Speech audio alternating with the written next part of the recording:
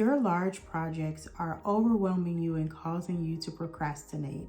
Let's talk about how you can break them down so that you can move past the barrier of procrastination. Hi, I'm Aisha, and my mission is to mobilize you, the Christian writer, so that you can share your unique voice with the world. I will be bringing you writing tips and godly encouragement. When we are trying to move forward in our writing journey, there can be so many barriers and reasons why we don't move forward. I have created a free resource called the Confident Writer's Checklist, and that is available to you in the description box today. So let's talk about this large writing project that you're dealing with. Maybe it's a book, maybe it's a blog, or maybe it's another project that you just need to break down so that you can manage it and stop procrastinating. So here's what I want you to do. Write the name of the project down, like physically write it on paper, and then make a list of all the tasks that go along with that project. Write even down to the smallest detail. After you have your list, keep track of what you need to complete that list. Breaking down large projects helps you to see how much time you need to complete each task. Some may take a short amount of time, some may be longer.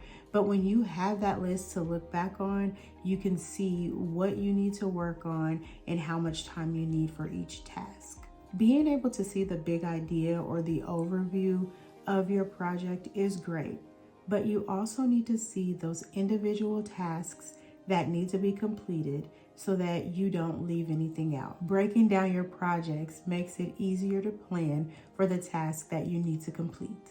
So let me say, I love planners. I am a person who will buy planner after planner. And even though I will use it throughout the year, some days, some weeks, let's be honest, I may not open my planner. And that really causes me to procrastinate. So recently, I have started using chart paper and markers. That has helped me to write large enough to where I can see what I need to work on from across the room. And even if I don't open up my planner, I still know what I need to be working on. I also use dry erase boards in my office. One has an overview of my plan for the year. The other has messages and daily reminders that I need just to have to remind me of where I'm going for the month. I am a visual person and I need those visual reminders. That is one reason why I have a planner. I've learned that in those times when I am just a little bit lazy, I also need those big, bold visual reminders that let me know that I have things to do. Those big, bold reminders cause me to stop and take accountability for what I need to be doing, what I said I was going to do, and that way I can get back to work. And so far, that has been working for me.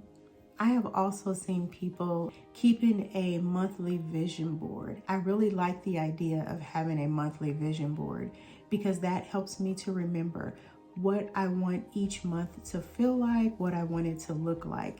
And my goal is to try to keep up with the monthly vision board so that I can stay on track for what I want to see each month.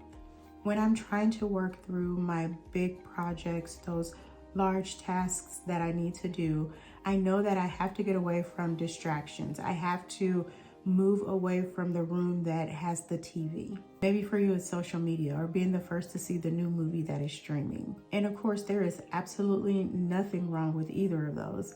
But when they're causing us to procrastinate, maybe we need to take a step back and say, is this a distraction? Am I allowing this to cause me to procrastinate? Take some time, check in with yourself. Find out what is a distraction in your life that is causing you to procrastinate. Once you have eliminated the distraction and you are in your workplace, give yourself some time to get into work mode. It can take me a little bit of time to get into work mode once I have sat down. This is a problem, especially when I don't have my plan with me. When I actually have things planned and I know that I need to get started, I set my timer and that allows me to get to work. And let's be honest, I don't sit down and work for an hour and just realize that I am just going to be truly successful. I actually have to schedule in some breaks. I schedule in the amount of time that I'm going to work. I will set a timer for about 20 minutes and I will work for about 20 minutes. And after that 20 minutes, I take a 5 to 10 minute break. And then I start working again for another 20 minutes. I believe it's called the Pomodoro method. I will put it on the screen so you'll know what that is. But it's actually scheduling in a certain amount of time to work, and then you take a break. And then you work for a little bit longer for that time that you set, and then you take a break. And then you work again, and then after that, you take a longer break. But when I am doing that, I am able to get more work done than if I just say I'm going to go work for an hour. Setting the timer reminds my brain to get to work. I don't know how it does it, but it does.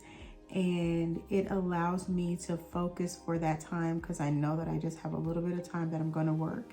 And when I work this way, I get more completed in that 20 minutes than I do if I'm just fumbling around for an hour or two. I really suggest keeping that timer around so that you can get focused when you need to. If it's writing or if it's another project, keeping that timer, setting the time that you want to write helps to be productive. And this is about you, setting the timer for whatever amount of time that you need. If you can work for 1 hour at a time, I think that is amazing. I am actually jealous of your ability to focus. I am not able to work for that long, so the 20-minute time works for me. So let's recap. When you have a large project, break it down into smaller tasks so that you can see what you need to complete to finish the project. Maybe you want to try visual reminders. Maybe you want to get chart paper and markers and write down those things that you need to do for the month to take away any excuses for not working. If I don't look at my agenda, I still know that I have that large reminder that is screaming at me to get to work. Some people may say that's too much work, and for me, it is just enough because it makes me remember what I need to do. Also, eliminate distractions. Get rid of those things that are stopping you from getting to work. Whatever is causing you to procrastinate, make time for that, but also make time for work so that you are not spending more time procrastinating than you are getting your work done. And last, allow yourself time to get into work mode. I know that it can be tough when we sit down and we just see a blinking cursor or we don't know where we want to go next with our story, but allow yourself time to get into that work mode. I also suggest working in chunks of time. That way you can focus and let the timer do its job while you're doing your job. I hope that this video has been helpful for you. Please let me know in the comments any content that I can bring that would be helpful for you. If you found this video helpful, please like it so that others can see it as well. I hope that you will consider subscribing. Just click the subscribe button so that you can be notified when new videos are posted. As always, I enjoy talking with you. I look forward to our next time together. Until next time, happy writing.